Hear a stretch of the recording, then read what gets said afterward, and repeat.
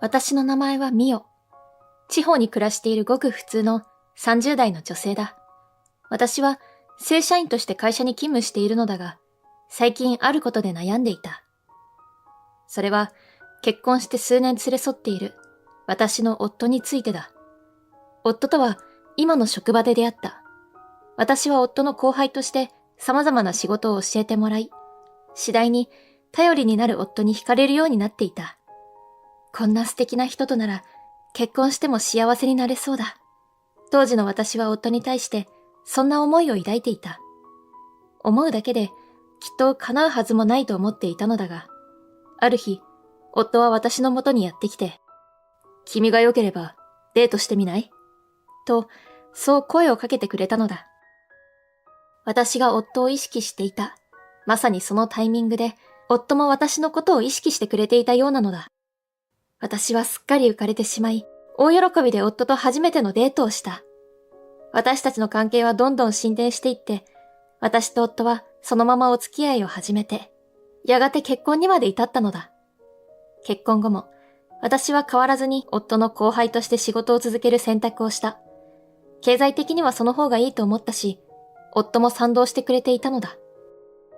双方の両親からは、子供を計画的に作ろうと思ったら、辞める選択をしてもいいんだよ、と言われたが、私たち夫婦はまだ子供のことまでは考えられなかった。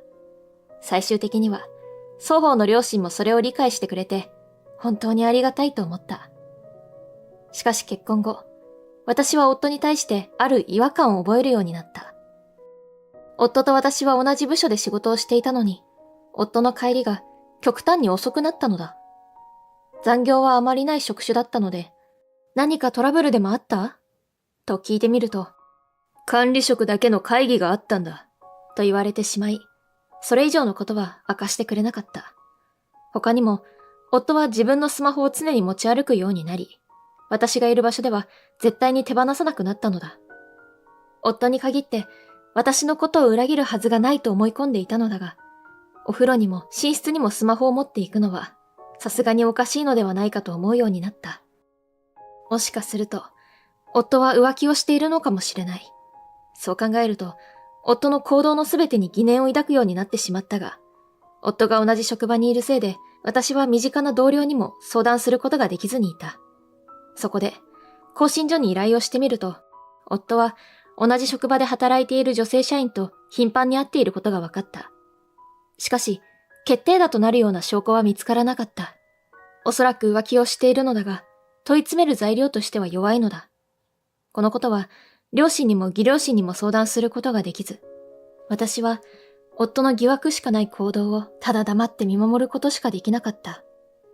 直接夫を問い詰めて、真実を明るみにしてもよかったのかもしれない。夫なら、私に本当のことを話してくれるのかもしれない。しかし、私がそうできなかったのは、問い詰められた夫が、私のことを邪魔に感じて、浮気相手の方を選んで離婚を突きつけてくる可能性もあったからだ。それが、とても怖かった。そんなある日、私は用事があったため、有給を取得していた。久しぶりに夫のいない休みだ。用事は思ったよりも早く終わったが、会社に行く気にはなれず、そのまま家に帰ったのだ。あれから、夫に関して色々と調べてみたが、夫のスマホを開こうとすると、パスワードが設定されており、何も成果を得られなかった。これから先、私はこのモヤモヤを抱えたまま、夫と一緒に生きていくのだろうか。違和感は感じているが、夫のことを愛しているので、離婚はしたくない。だが、このままの関係を続けていったとして、私は幸せなのだろうか。考えれば考えるほど、深みにはまっているような気がした。ちょうどその時だった。地面から大きな轟音が聞こえたかと思うと、とてつもない揺れに襲われたのだ。何?と、思わず声に出してそう言ってしまうくらいの、立っていられないレベルの揺れに、これは地震だと確信した。揺れは収まる気配がなく、私は強い恐怖に襲われて、スマホを握りしめて、パニックで体を震わせながら外に逃げようとしたが、ガシャンという音とともに体に強い衝撃が走った。上を見ると、私の体に本棚がのしかかっている。夫の趣味である図鑑が入った本棚は重すぎて私の力ではびくともしない。このままでは、私は押しつぶされてしまう。本棚の重みに耐えてガクガクと震えていると、やがて地震は収まった。不思議と痛みは感じないが、全身が熱くて手先だけが冷え切っているのを感じる。こんな状況、漫画でしか見たことがない。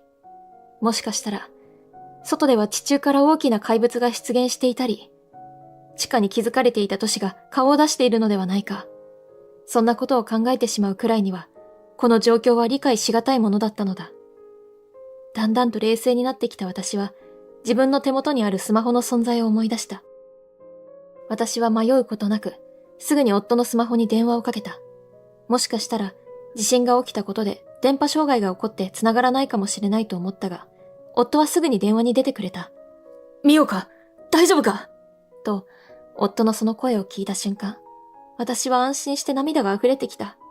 あれだけ、夫に対して違和感を覚えていたというのに、今の私には、夫の存在はとても大きなものに見えているのだ。虫が良すぎるかもしれないが。本棚に潰されて動けないの。お願いだから助けに来て。動けないし、近くに誰もいなくて。助けて。と、私は泣きながら夫に助けを求めた。会社から家まではそう遠くない。夫なら、すぐに助けに来てくれると思った。大丈夫か？すぐに行くから待ってろと、夫は走りながらそう声をかけてくれて、言った通り、すぐに家まで駆けつけてくれた。ミオと、夫は私に気づいて、すぐに本棚をどかそうとしてくれた。しかし、本棚は相当重いようで、なかなか持ち上がらない。これはまずいな。そんな、夫の言葉に、私は絶望感に襲われた。夫でも持ち上げられないものを、私が自力で脱出するなんて不可能だ。どうするべきなのか考えていた。その時、夫のスマホに着信があった。もしもし、と、夫は躊躇なく電話に出た。こんな時に電話に出るなんて。私はそう思ったが、もしかしたら電話の相手が助けてくれるかもしれないと思って、おとなしく待つことにした。電話の声は相当大きいのか、相手の声が漏れている。電話の相手は女性のようで、あなた、助けてという声が聞こえてきた。その時、私はすぐに理解した。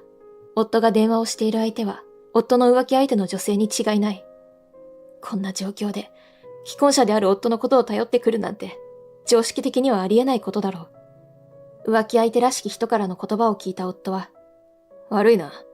やっぱり俺はもう行くわ。と言い出した。何を言ってるの？どこに行くつもり？と、私がそう叫ぶと、夫はニヤニヤと笑いながら、ニュースの速報とか見てないんだろう。もうすぐこの地域に津波が来るらしいぞ。ここにいたら、あっという間に飲み込まれるだろうな。と、そう言い放ったのだ。ニュース速報？津波が来る？夫の言葉がすぐには理解できなかった。夫は私が固まっているのを見て笑うと、俺はお前みたいな家族はもういらないんだよ。ずっと黙ってたけど、俺はとっくにお前のことなんかどうでもいいと思ってたんだ。俺は彼女と一緒に生きていくんだ。お前とはここでお別れだな。と、はっきりとそう言った。この人は、一体何を言っているのだろう。つまり、私をここに放置しておけば、私は、この後やってくる津波に飲み込まれるということか。ここで私を殺すことで、夫は浮気相手と一緒になれると、そう言いたいのだろうか。ひどい。そんなことは、絶対に許さないから。と、私は夫を睨みつけたが、夫には全く効果がないようで、なんとでも言えよ。俺は家族なんかより、彼女の方が大事だからな。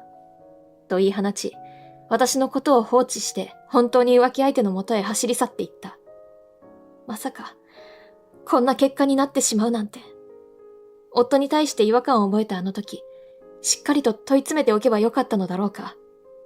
今となっては、もう何もわからない。だが、ここで夫の思惑通りに死ぬなんて、絶対に嫌だ。助けてください。誰か。私は、大声で助けを求めた。誰でもいいから気づいてほしい。私はまだ、こんなところで終わりたくはない。誰かいませんか？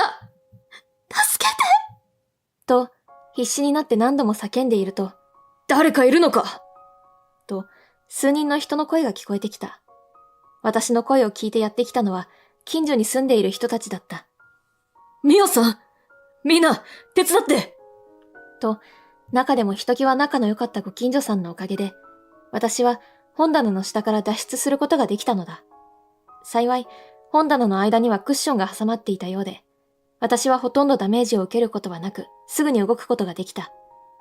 もしかしたら怪我を負っていたのかもしれないが、私はとにかく、この場から逃げなければと必死になっていて、それどころではなかったのだ。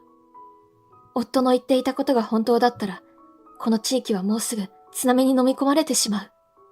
さすがに大げさだとは思ったが、私たちは近所を回りながら、高台に逃げることに成功した。